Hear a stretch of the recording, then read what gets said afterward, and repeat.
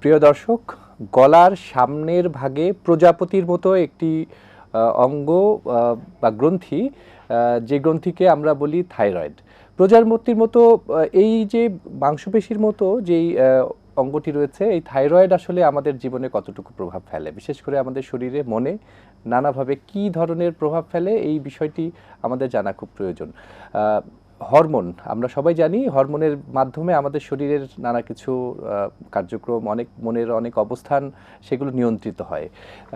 এই হরমোন নিঃসরণের মাধ্যমে শারীরবৃত্তিক অনেক কাজ নিয়ন্ত্রণ করে ছোট্ট এই গ্রন্থিটি। সুতরাং এই গ্রন্থির গুরুত্ব কিন্তু অপরিসীম।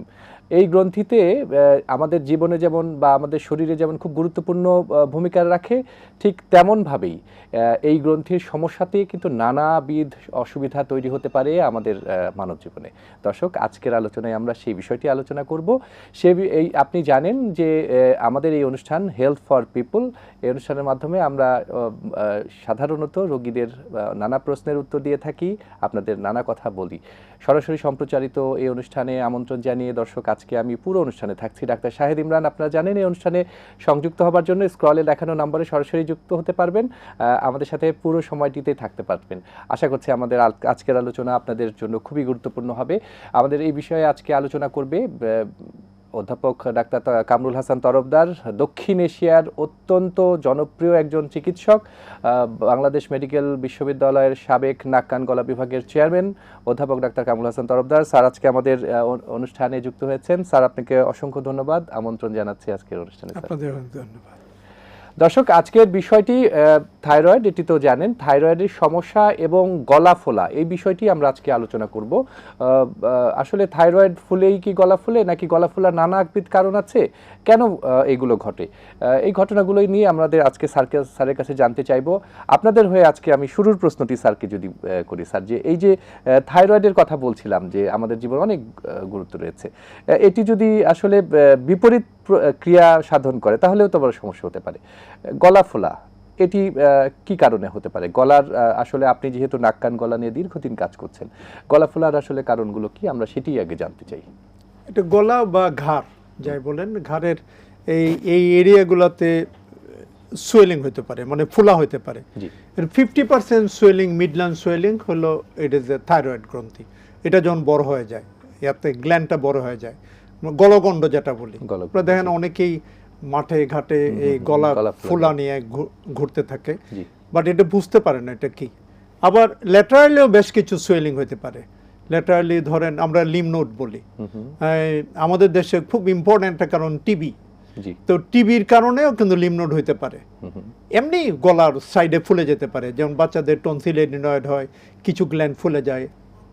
আবার এই লিম্ফ নোড ইটসেলফ ক্যান্সার হইতে পারে, ক্যান্সার মেটাস্টেটিক হয় অথবা লিম্ফোমা হয়। তো আপনি যে কথাটা বুঝাইতে যাচ্ছেন হলো সামনের গলার সামনের যে স্ফীতি, এটাকে আমরা গলগণ্ড বা ঘ্যাগ বলি, এর থেকে থাইরয়েড সোয়েলিং। এইটা তো আসলে আমরা বলি এটা ঘরের পাকঘর। তো পাকঘরের কাজ কি? বডির খাওয়া তৈরি করা, সবকিছু পুরা বডিকে সাপ্লাই দেওয়া। তো এইটা হরমোন তৈরি করে, কিন্তু আমরা বলি কিছু hormone T3, T4, TSH, even thyrocalcitonin. Indirect এগুলোর প্রভাব অনেক কিছু, বডির প্রত্যেকটা ডেভেলপমেন্ট এর সাথে জড়িত। তো হরমোনের একটা নর্মাল মাত্রা আছে, তখন আমরা এটা বলি ইউথাইরয়েড। এটা যখন কমে যায় এটা বলি হাইপোথাইরয়েড, এটা যখন বেড়ে যায় এটা হাইপারথাইরয়েড। তো যেমন দেখবেন অনেক মানুষ গলাটা অনেক ফুলা, চোখগুলো অনেক বেরিয়ে আসতেছে টিকরার থেকে, চোখগুলো বিশাল সাইড থেকে, তার পালস থাকে, অনেক রেট বেড়ে থাকে, অনেক সময় বুক ধরপড় করে, হার্টের সমস্যা হয়। ওইটা জেনারেলি ওইটাতে পরীক্ষা করলে দেখা যায় হাইপারথাইরয়েডিজম, তার হরমোনটা অনেক বেশি। হার্টেও সমস্যা থাকে, চোখেও সমস্যা থাকে, জেনারেলাইজ কিছু সমস্যা থাকে। আর কিছু দেখবেন কিছু মানুষ একদম মোটায় যায়, মুখটাও কেমন পাফি হয়ে যায়, পা ফুলে যায়, এই কাজে অবসন্ন থাকে, তো ফুলে যায়, কাজ করতে ইচ্ছা করে না সাইড থেকে। ওইগুলো জেনারেলি হরমোনটা যখন কমে যায় না বলে হাইপোথাইরয়েড। তো এই আর তাইলে গলা ফুলাটা তিনটা জিনিস নিয়ে প্রেজেন্ট করতে পারে। একটা ওই ইউথাইরয়েড নর্মাল হরমোন, একটা হাইপারথাইরয়েড হরমোন বেশি, একটা হাইপোথাইরয়েড হরমোন কম। তো অবশ্যই গলা ফুলে গেলে, এমনি গলা ফুলা রাস্তাঘাটে হাঁটতেছে, এটা বসলে হবে না। তো এটা বুঝতে হবে ফুলাটা কি জন্য, তাহলে অবশ্যই ডাক্তার দেখাতে হবে। আর মোটা দাগে আমরা বুঝতে পারছি যে থাইরয়েডের কারণেই যেটি বলছেন গলগণ্ড, আমরা কি এই থাইরয়েডের যে সমস্যাটি হয় বা গলগণ্ড রোগটি শুধু কি গলা ফোলা দিয়ে কি প্রেজেন্ট করে বা উপসর্গ হিসেবে আসে, না নাকি গলা না ফুললেও? না, এই যে বললাম হার্টের সমস্যা নিয়ে প্রেজেন্ট করতে পারে, চোখটা হঠাৎ করে টিকরে বেড়ে যেতেছে প্রেজেন্ট করতে পারে, পা ফুলানে প্রেজেন্ট করতে পারে, তার গ্রোথের সমস্যা হইতেছে এটাতে প্রেজেন্ট করতে পারে, ছোট বাচ্চার ক্রিটিনিজম বলে এটাতে প্রেজেন্ট করতে পারে। অনেক সময় এই বুঝে না মানুষ, দেখা গেছে ডাক্তারের কাছে যায় কিডনিতে খালি পাথর হয়, তো কিডনিতে তখন এই ক্যালসিট্রনের লেভেল বেড়ে যায়, তখন ওই জানে কিডনি ডাক্তারগুলো আমাদেরকে পাঠায়, আপনারা দেখেন তো ওই যে প্যারাফলিকুলার প্যারাথাইরয়েডে কোনো ওইটা থাইরয়েডের সাথে প্যারাথাইরয়েড একটা গ্ল্যান্ড থাকে, 4টা গ্ল্যান্ড থাকে, ওইটাতে কোনো টিউমার হয়েছে কিনা। তো ওই সেকেন্ডারিলি তখন বুঝবেন যে তার থাইরয়েড প্যারাথাইরয়েডের সমস্যা হয়েছে, প্রস্রাবের সাথে ওখানে পাথর হয়েছে, প্রস্রাব আটকায় যেতেছে, কিডনির সমস্যা, কিন্তু আসলে সমস্যা এই প্রেশার কমতেছে না, ঘুম হইতেছে না, আসলে সমস্যা থাইরয়েডে। আর অথবা দেখে কিছু পেশেন্ট আসে গলার স্বর ভেঙে গেছে, কথা বলতে পারতেছে না, এটি খুব গুরুত্বপূর্ণ, কথাও বলতে পারতেছে না এর থেকে। তারপরে তখন আসে ডাক্তার কাছে, দেখা যায় যে আসলে ষড়যন্ত্র তো 2টা তার শব্দ তৈরি করে, পরীক্ষা করলে দেখা যায় যে কোনো একটা ষড়যন্ত্র প্যারালাইসিস হয়ে আছে, বাট ওই প্যারালাইসিসের কারণটা কিন্তু থাইরয়েড। তখন অ্যাকচুয়ালি থাইরয়েডে ক্যান্সার হয়, যে ফুলে যায়, হার্ট থাকে। তাইলে থাইরয়েড সোয়েলিংটা তো দেখার জন্য স্পেশালি কিন্তু ওই জাপানে আণবিক বোমা পড়ার পরে ম্যাক্সিমাম মানুষের যে বিকিরণ ছিল প্রত্যেকটা একটা জেনারেশন কিন্তু ওই থাইরয়েডের সমস্যা নিয়ে তারা দেখাইছে। আমাদের দেশে হলো iron deficiency one of the important কারণ, কিছু খাওয়ার জন্য সমুদ্রের পাড়ে যেগুলো থাকে ওই মানুষগুলা কি যেখানে এই এই ফুলকপি বাঁধাকপি বা ওইসবের প্রকোপ বেশি থাকে, প্লাস আমরা যে পাউডার মিলগুলো ইউজ করি এটাতে বিকিরণ বা দূষণ থাকে, এগুলো ছাড়াও আরও কিছু কারণ আছে, এগুলোর কারণে গলাটা ফুলে যেতে পারে। স্যার, একটা সময় আমরা গলগণ্ড রোগটি কিন্তু অনেক বেশি প্রাদুর্ভাব দেখতাম, এখন অনেকটা কম, কারণ আয়োডিন লবণের সাথে যুক্ত হয়ে করে একটা খুব ভালো আয়োডাইজড লবণ আমাদেরকে উৎপাদন করা হয় বাংলাদেশে। এখন কি আসলে আগের মতো এ ধরনের রোগ কেমন পাচ্ছেন, বা আমরা থাইরয়েড ক্যান্সারের দিকে বিষয়টি কখন যায়?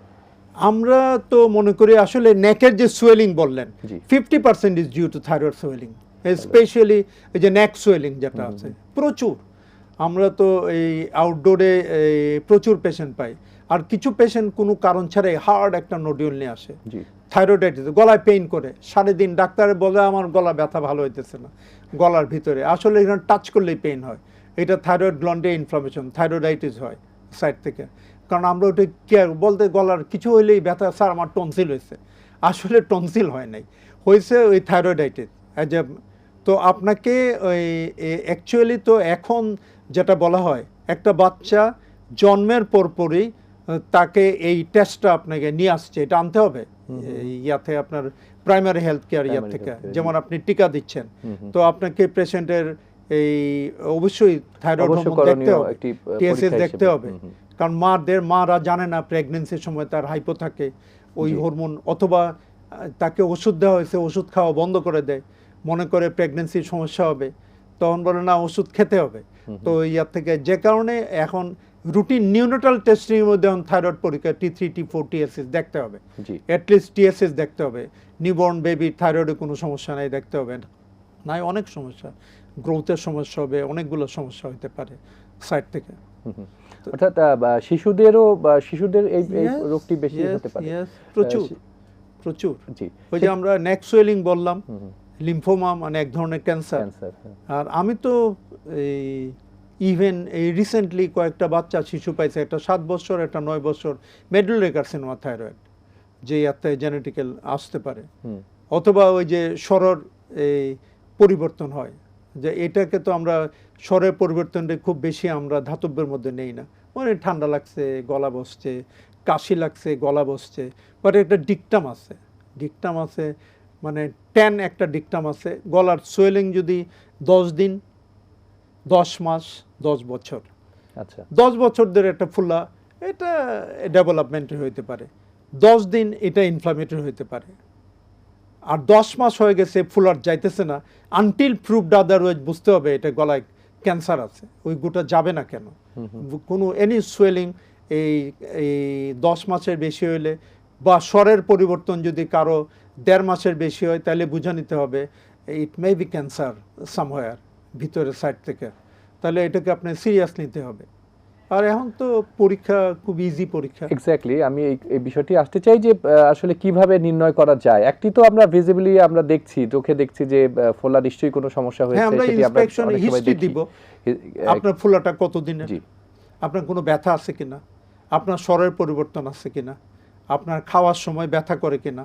তারপর আমরা দেখলাম এটা কোথায় আছে, ডান দিক না বাম দিকে। ওই যে বলছেন আপনি প্রজাপতির মতো দুই দিকে দুইটার মধ্যে একটা ইসমাস আছে, জি। তো কোন দিকে ফোলা বেশি, ডান দিক না বাম দিক না মধ্যে, ঢুক গিলার সাথে সাথে মুভ করে কিনা। থাইরয়েড তো ওই নিচের প্রিটাকিয়াল ফ্যাসায় লাগানো থাকে, ঢুক গিললেই এটা মুভ করে। তাছাড়াও আরেকটা সোয়েলিং হয় বাচ্চাদের, আমরা থাইরোগ্লোসাল সিস্ট বলি। জি, এই জন্মগত জিহ্বার গোড়ার থেকে একটা জিনিস যেটা চলে যাওয়ার কথা ওখানে ফোলা থাকে। তাহলে আপনাকে ওই এক্সামিনেশন দিয়ে দেখলেন, তাহলে আপনি হাত হইলো বেস্ট আইজ, হাত দিয়ে ধরলে পরে একটা যে কোনো ট্রেন রেডে বুঝতে পারবে এটা কি, এটা সফট, এটা কি হার্ড, শক্ত, এটা কি রেগুলারিটি আছে না ইরেগুলার, এটা কি ব্যথামুক্ত বা ব্যথাযুক্ত, এর উপরে অনেক কিছু ডিপার্ট আছে। তো এখন তো ultrasonogram is a easy thing, এটা সিম্পল আলট্রাসোনোগ্রাম করেই বুঝবে তে ওই এটা কতটুকু ফোলা, কোন জায়গায় ফোলা, ওটার ভিতরে কোনো সমস্যা আছে কিনা, ওটাতে ক্যালসিফিকেশন আছে কিনা, ব্লাড ভাস্কুলারিটি কেমন, ইররেগুলারিটি আছে কিনা, মার্জিন কোনো হেলো আছে কিনা। তো এইগুলো দেখে যিনি আলট্রাসোনোগ্রাম যারা ভালো, উনি ওই দেখেই বলতে পারবে জিনিসটা, একটা আইডিয়া করে দিবে যে এখানে কয়টা নোডিউল আছে, এটা সিঙ্গেল নোডিউল কিনা, এটা ইভেন তারা বলতে পারে এটা ক্যান্সার কিনা। তারপরেই হরমোন পরীক্ষাটা করবে, এই যে T3 T4 TSH, এর থেকে ক্যালসিয়াম, ভিটামিন ডির বডির মেটাবলিজম তো এখান থেকেই হয়। তাহলে ওই হরমোনটা কি নর্মাল আছে না উপরে আছে না বেশি আছে সার দেওয়ার জন্য। একটু ইরেগুলারিটি হইলেই কিছু প্রবলেম হলো একটা, এখন তো ফাইন নিডল এসপিরেশন সাইটোলজি বলে, সিম্পল, এটা সুই দিয়ে অনেকেই যেতে চায় না। আমাদের ভ্রান্ত ধারণা হইলো, বলে স্যার আপনি যদি নিডল দিবেন এই ক্যান্সার বাইরে চলে আসবে, কারণ না, এটা আসলে এত ছোট নিডল দেব, এটা দিয়ে বাইরে আসে না, বাইরে বরং এটা দিয়ে আপনার জীবনের একটা জিনিস ডায়াগনোসিস হইতেছে।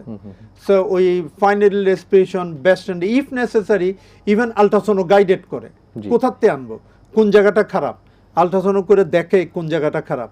বাইরে তো আসলে যিনি সার্জন উনি আলট্রাসোনোগ্রাম করে, উনি বুঝে, ওনার পাশে থাকে, উনি দেখে কোন জায়গাটা ডাউট করতেছে, ওই জায়গাতে আমি টিস্যুটা নিব, নিয়ে কনফার্ম করব এটা কি ধরনের সেল, এটা বিনাইন না এটা মিলিগন্যান্ট, এটা কোন বিভিন্ন ধরনের আছে, থাই আছে, বেথেস্টা ক্লাসিফিকেশন আছে 1 2 3 4, এটা দিয়ে আসলে বুঝবে কোনটা বিনাইন কোনটা মেলিগন্যান্ট, কোনটাকে রেখে দেন কোনটাকে ফেলে দিবেন। তো এটার উপরে অনেক কিছু ডিকটেশন তারা দেয়া দেবে। ভালো একটা এই সাইটোপ্যাথোলজিস্ট যদি থাকেন বলে দেবে আপনার কি, দেন যে সার্জন বা হি উইল টেক ডিসিশন যে আমরা কি করব, আমরা অপারেশন করব, ওষুধ দিব, হরমোন কম হইলে হরমোনের অনেক ডাক্তার হ্যাঁ অ্যাভেলেবল। নিনমাস আমাদের যে থাইরয়েড সেন্টারগুলো ঢাকা এবং প্রত্যেকটা মেডিকেল কলেজে এতে আছে, দে আর ভেরি ডেভেলপ। ওখানে দরকার হলে তারা স্ক্যানিংও করে, দেখা ম্যাক্সিমাম চিকিৎসা এই মেডিসিনে ভালো হয়। যে হাইপো হলে পরে মেডিসিন দিবে, হাইপার হলে মেডিসিন দিবে। আর শুধু বাইরের যে ফোলাটা অনেকটা কসমেটিক, যে আমার গলায় ফুলে আছে ইয়ার থেকে, এই কসমেটিক রিজনে কিছু operation. But if it is a cancer, এত হার্ড গলা, এটার থেকে আপনি চিন্তাও করতে পারবেন না কোথায় যায়। থাইরয়েডের মাথা ফুলানি আসছে, স্কাল্পে মেটাস্টেসিস হয়, আমরা একটা ছবিও দেখছিলাম, স্টারনাম ফুলানি আসছে প্রচুর পায়ে, ওখানে আসছে, ফিমারে চলে যায়, পায়ে যায়, হিউমারাসে যায়, বিভিন্ন ইভেন ব্রেইনে ম্যাটস হয়, লাঙে মেটাস্টেসিস হয়। সো থাইরয়েড ক্যান্সার প্রাথমিক অবস্থায় যদি ধরা পড়ে, ইট ইজ 100% কিউরেবল। যখনই অ্যাডভান্স হবে তখনই তো জটিলতা দেখা হবে। একটা কথা আছে তো, ক্যান্সার যদি প্রাথমিক অবস্থায় যায় ধরা, রোগ অবশ্যই যাবে সারা। তো আপনি প্রাথমিক অবস্থায় এই ক্যান্সার, আর এখন তো আমাদের দেশে মানে অনেকেই স্পেশালি নাক কান গলা বিশেষজ্ঞের সময় আমি বলি, এখন আমাদের ছেলেরা বা আমাদের new generation they are equipped, তারা জানে কদ্দূর করতে হবে, কি করতে হবে। কারণ এখানে খুব ইম্পর্টেন্ট গ্ল্যান্ডে, এখানে দুইটাই ইম্পর্টেন্ট স্ট্রাকচার আছে। এখানে দুই সাইডে দুটো নার্ভ থাকে, রিকাল লেঞ্জের নার্ভ যেটা ভয়েস তৈরি করে, উপরে আরো দুইটা থাকে, সুপিরিয়র লেঞ্জের নার্ভ, ওটা টিউন দেয়। এই যে যারা শিল্পী গান গায় হাই টিউনে বলতে পারে না, অপারেশনের কাশি হয়, ওই নার্ভে ইঞ্জুরি হয়। অথবা যাদের এই ভয়েস চেঞ্জ হয়ে যায় তাদের রিকাইলেন ইঞ্জুরি হয়। তো যারা ধরেন ভালো বুঝে অ্যানাটমি, বুঝতেই হবে, সার্জনের তো মেইন কাজে, সার্জন মানে তো বুচারিং না, দে হ্যাভ টু নো কোথায় কি আছে। ওইটাই আমরা বলি যে ওইখানে এই আছে, ওইখানে ভেসেল আছে, ওইটাকে ফাইন করে। ইন এডিশন প্যারাথাইরয়েড গ্ল্যান্ড আছে, তার প্লেস আছে। এখন সার্জারি মানে ফেলে দেওয়া না, সার্জারি মানে যা দরকার রেখে আসতে হবে। তার যাতে কোয়ালিটি ভালো হয়, কোয়ালিটি কোয়ান্টিটির সাথে কম্প্রোমাইজ করা যাবে না। তখন থাইরয়েড সার্জনরা জানে কি করতে হবে, নার্ভ রাখতে হবে। মানুষটা এসে বলে স্যার গলার স্বরের পরিবর্তন হওয়া যাবে না, গলাটা রাখার জন্য আছে। তো এই নার্ভটাকে দেখে রেখে আসছেন, ছবি উঠায় রাখে আমরা ইয়ার থেকে। আপনি আশ্চর্য হবেন, আমি এই কতদিন আগে থাইরয়েড কনফারেন্সে সিঙ্গাপুর গেছিলাম। তো ওরা এই তাইওয়ানের এক ভদ্রলোক ফেইচেন, তো উনি বাংলাদেশে আসছিলেন আজকের থেকে প্রায় 18 বছর আগে। তারা নার্ভ মনিটর এবং নিউরো ট্রান্সমিটার ইউজ করে।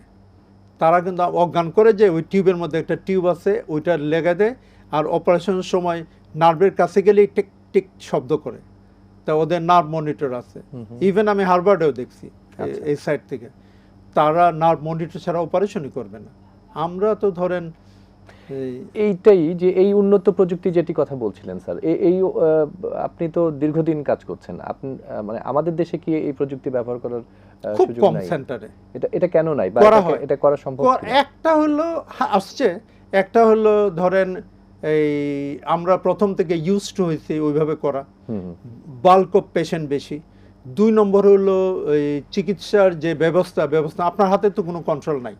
কারণ আমি পিজিতে অনেকদিন কাজ করছি, ধরেন এই পুরা সেট আপ করতে 50 লাখ টাকা দিবে, হুইল গিভ ইউ, আপনাকে কনভিন্স করে আনতে হবে। তারপরে ওটা নষ্ট হলে ওটার আমি জানি না, আমি দেখতেছি যে আমাদের সব জায়গায়, আমি এনটি ফাউন্ডেশনে কাজ করি, সব জায়গার মধ্যে যন্ত্রের জন্য তো কেউ চিন্তা করবে না। আপনার এখন তো দুনিয়া কিসের উপরে দাঁড়ায় আছে। আপনি বুলেট ট্রেনে গেলে তো 1 ঘন্টায় যাবেন 300 কিলো, আর আমাদের ট্রেনে উঠলে তো যাবেন 10 ঘন্টায়। তো তারা তো বুলেট ট্রেন প্রযুক্তি ইউজ করে, এখানেও প্রযুক্তির কোনো কথা নাই। ইন এডিশন আমি যেটা আপনার বলতেছিলাম, তারা ইউজ করে, আমরা খুব কম সেন্টার ইউজ করা, পিজিতে হয়তো বা ইএনটি ইনস্টিটিউটে হয়, প্রাইভেটে এটা কস্টলি। ওটা দেখার পর বাইরে তো দুনিয়ায় চিন্তাও করতে পারবে না এটা ছাড়া অপারেশন করে। তারা দেখবে মানে নার্ভ ইঞ্জুরি করলে ওখানে লিটিগেশন আছে, ইঞ্জুরি করা যাবে না, কারণ মানে কোয়ালিটি নিয়ে কোনো কম্প্রোমাইজ করা যাবে না। আমরা নতুন জেনারেশন এটাই বলতে চাই, মানে অপারেশন মানে ইট ইজ নট বুচারিং। অপারেশন করা মানে আপনি এই নার্ভগুলোকে ইনট্যাক্ট রাখতে হবে। রুগীর তার ভয়েস যদি চলে যায়, আমি বললাম নাই, ও আপনাকে ছাড়বে না তো। প্লাস ওর লাইফ তো ইম্পর্টেন্ট, একটা ছোট বাচ্চা যে বললেন, তা তো কথা বলা ঠিক থাকতে হবে। তো আপনাকে ওই জিনিসগুলো দেখেই এখন যারা অপারেশন করে তারা করে না, তারা এবং তাদের ট্রেনিংয়ের কোনো বিকল্প নাই, প্রযুক্তির কোনো বিকল্প নাই। ইভেন জানেন খুব মজার ব্যাপার হলো, আমি দেখছি ওইখানে এই সিঙ্গাপুরে তারা এখন এগুলো এই কোরিয়া চায়না ওদের এত ডেভেলপমেন্ট, গামা ক্যামেরা আছে, থাইরয়েড ফেলে দেওয়ার পরে মেশিন দিয়ে দেখে প্যারাথাইরয়েড রেখে আসছে কিনা, ভুলে ওখানে চলে আসছে কিনা। অপারেশনের সময় দেখে যে ভেসেলটা সাপ্লাই দিছে এইটাকে প্রপারলি রেখে আসছেন কিনা, নার্ভটাকে পুরোটা রেখে আসছেন কিনা, ছবি উঠাইতে হবে, ডকুমেন্টেশন লাগবে। আপনি যে সার্জন করবেন লিখে দিবেন, আমি 4টা প্যারাথাইরয়েড এখানে রেখে আসছি, আমি নার্ভটাকে মনিটর রেখে আসছি, ওইখানেও রেখে আসছি, দেখাইতে হবে যে একটা টাইমে এগুলো সব কিছুই যাতে ডকুমেন্টেড থাকে। এটা হলে পরে শিখলে পরেইতে আপনার সমাজ আগাবে। New generation very smart. Even এই যে আপনার আইফোন ব্যবহার করেন, তারা আইফোনে এআই ব্যবহার করতেছে, আমরা দেখছি, বলছে AI can you give me the idea, এইখানে কোনটা দে ক্যান গিভ ইউ। তো এখন আর দুনিয়া তো প্রযুক্তি আপনারা আসতেই হবে, আনতেই হবে, এই দেশেও দরকার। যত বেশি প্রযুক্তির মাধ্যমে আপনাকে চলতে হবে। এখন তো এআই বলেন, এখন এজিআই আরও ডেভেলপ না যারা সাইড থেকে। তো এই সব কিছু মিলাইয়া ওই যে যদি প্যারাথাইরয়েড রাখা হচ্ছে ওটা ট্রান্সপ্ল্যান্ট করে ওই মাসেলের মধ্যে 8% করে রাখা হয়, তাহলে ডেফিসিয়েন্সিটা হয় না। ইভেন তার আগেও কিছু পরীক্ষা আছে করে মনিটরিং করে প্যারাথাইরয়েডের কোথায় আছে, কোথায় খুঁজবো, কেন খুঁজবো? আগে অ্যানাটমি দেখার জন্য একটু চেঞ্জ হয় সাইটগুলোতে। তাহলে থাইরয়েড অপারেশনের জন্য তো এখন বাইরে যাওয়া দরকার নাই। Our boys are very equipped, very developed. এখন অনেক অনেক দূর এগিয়েছে বাংলাদেশ, অনেক দূর। আর স্পেশালি আমরা এগুলোর উপর প্রেশার দিছি, জোর দিছি যে এই জায়গাতে যদি না হন আমরা তো আর অপারেশন প্রয়োজন না হলে তো আমরা করবো না। জি ছোট্ট ক্যান্সার, আর্লি ক্যান্সার অপারেশন তো ওয়েট করো।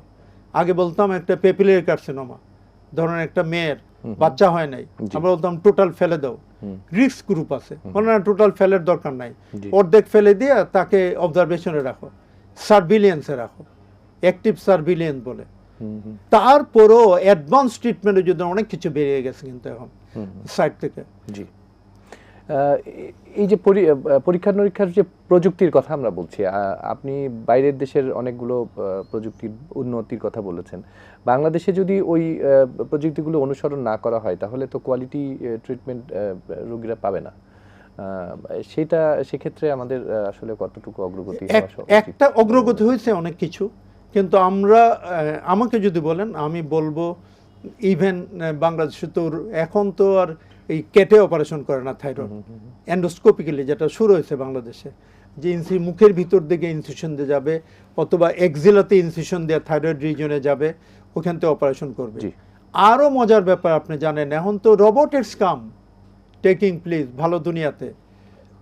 এখন যেমন আগে যেমন এন্ডোস্কোপি ল্যাপারোস্কোপি করতেন পেটেরটা, এখন তো রোবটের টেকেন দ্য রুল। সারা দুনিয়ায় তো প্রযুক্তি আগাইতেছে, সাইড থেকে আসছে কিছু জায়গায় রোবট, তাও আসা উচিত। এটা তো আর কোনো ধরনের একটা ডাক্তার, ওটার দাম 100 কোটি টাকা, উনি কিনে তো আর চিকিৎসা করতে পারবে না। এই সাপোর্টগুলো তো দিতে হবে যারা সমাজপতি, গভর্নমেন্ট প্রাইভেট পার্টনারশিপ, ওনারা করতে হবে, আগে আসতে হবে। যে ডেভেলপমেন্ট খালি আমি বাইরে চলে গেলেই তো হবে না। Your boys are very smart, আপনার ছেলে কিন্তু অনেক ম্যাচিউর, মেরিটোরিয়াস, এই ছেলেগুলো আনব্যাক করেন, আপনি প্রযুক্তি দেন, তাদের শিখান, ট্রেনিংয়ের ফ্যাসিলিটি দেন, training of the trainers, training in the home and abroad. আপনি যেখানে কাজ করেন এখানে তো দিতে হবে। আপনি যদি বাইরের ভিসা বন্ধ করে দেন, ওদের আটকায় রেখে দেন, শিখবে কোথার থেকে? দুনিয়া তো অনেক বড়। আপনি এই ঢাকাতে ব্যাংকক বড়, ব্যাংকক থেকে নিউ ইয়র্ক বড়, নিউ ইয়র্ক থেকে অন্য সেন্টার বড়, তা আপনি না দেখলে বুঝবেন কেমনে? দেখানো এবং একাডেমিক সেন্টারে যাইতে হবে, একাডেমিক ওয়ার্ক বাড়াইতে হবে। সব কিছুতেই গভর্নমেন্ট, প্রাইভেট, পাবলিক পার্টনারশিপ সবারই সহযোগিতা দরকার, বিশেষ করে রাষ্ট্রীয় পর্যায়ে এটার একটা কাঠামোগত উন্নয়ন খুবই জরুরি। আমরা স্যার একটু জানতে চাই যে চিকিৎসা নিয়ে অনেক কথা বলেছেন এর মধ্যে, তারপরেও আমি একটু বলতে চাচ্ছি যে এই থাইরয়েডের অপারেশনে কি একমাত্র চিকিৎসা? অনেকে জানতে চান যে আমরা কি ওষুধ খেয়ে ভালো থাকতে পারি কিনা, অথবা চিকিৎসার আসলে মডালিটিটা। চিকিৎসা আমি ক্যান্সারের কথা বলছি, advance cancer, even early cancer অপারেশনের দরকার নাই। মানে গলা ফুলা বা থাইরয়েডের সমস্যা হলেই তো ক্যান্সার হবে এরকম না। হাইপোথাইরয়েডিজম তো আপনি ওষুধ দিয়ে চালাইতে হবে, হরমোনটাকে কন্ট্রোল করতে হবে।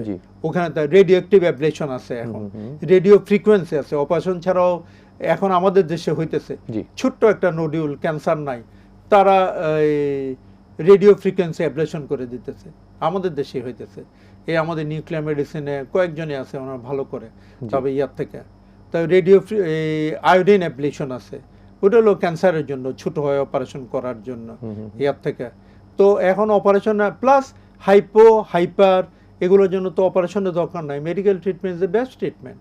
ক্যান্সার আর্লি স্টেজে তো বলবে, ওই যে বলে আমরা বেথেস্ট ক্লাসিফিকেশন 1-2 অপারেশন লাগে না, এটা অ্যাক্টিভ সার্ভিলেন্স, ওয়েট অ্যান্ড ওয়াচে থাকবে। যখনই অ্যাডভান্স করবে 3-4 বা আমরা গ্রেড অনুযায়ী, তখন অপারেশন তো দরকার নাই। Medical treatment 70 to 80% by medical treatment, আর বাকিটা for the surgery for the limited issues, specially for cancer.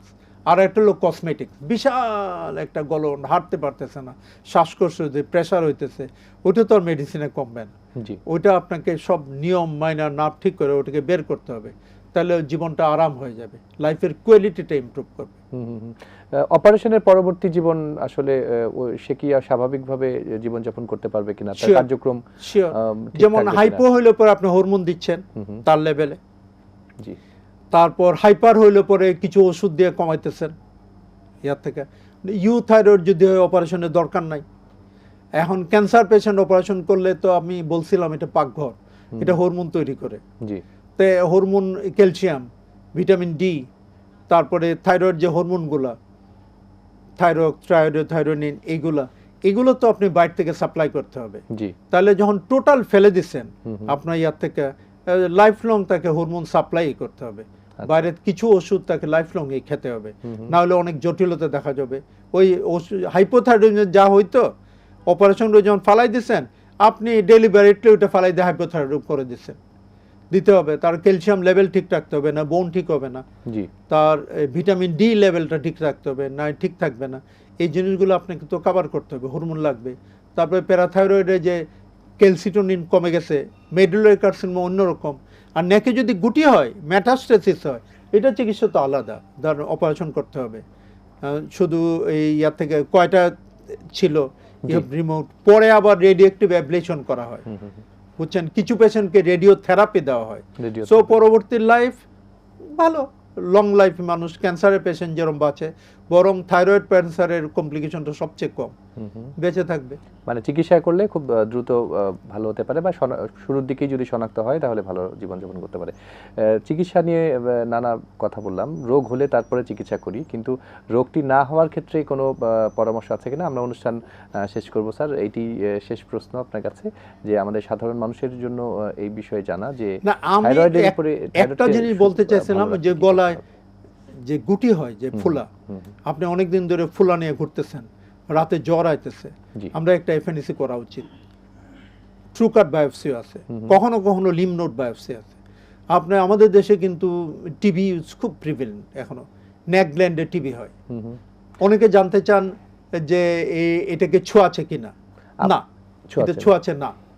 তো চেস্টের লাং টিবিটা যেটা এটা ছোঁয়াছে, গ্ল্যান্ড টিবি আলাদা করা দরকার নাই, উনি টিবির ওষুধ খেলে ভালো হয়ে যাবে। আমরা তো এটাও জানি যে বিভিন্ন এক্সপোজার, এক্সরে এক্সপোজারের যদি অনেক বেশি হয়, এই ক্ষেত্রে তো ক্যান্সারের পরিমাণ, জি রেডিয়েশন এক্সপোজারে তো হইতেই পারে, সেকেন্ড ক্যান্সারও হইতে পারে। তো যত্রতত্র খুব বেশি ওই যে সিটি না করাই উচিত। এখন যেটা আইসিআই বলে হোল বডি সিটি করেন, এটা তো অনেক এক্সপোজার নিতেছেন, প্রয়োজন ছাড়া এগুলো করার দরকার নাই। সাইড থেকে এমনি যেটা করা যায়, সাইড থেকে করা যায়। জি, অসংখ্য ধন্যবাদ স্যার। আমাদের আজকের এই আলোচনায় আপনি খুব চমৎকার কিছু তথ্য দিয়েছেন। খাদ্যাভ্যাসের উপরে কি কোনো প্রভাব আছে কিনা? এটি খাদ্যাভ্যাস বলে হলো স্পেশালি ফুলকপি, বাঁধাকপি, ওই জিনিসগুলো না খাওয়ার জন্য। আর লবণ যেটা এখানে, এটা যত আয়নযুক্ত লবণ খান। আপনার খাওয়ার মেনুতে যেটা কাঁটাওয়ালা মাছগুলো থাকে, সামুদ্রিক মাছগুলো থাকে, এগুলো আপনাকে আয়োডিন, তারপরে এই আদার যেগুলো, এগুলোকে কভার করবে। দুধও আপনার জন্য থাকবে।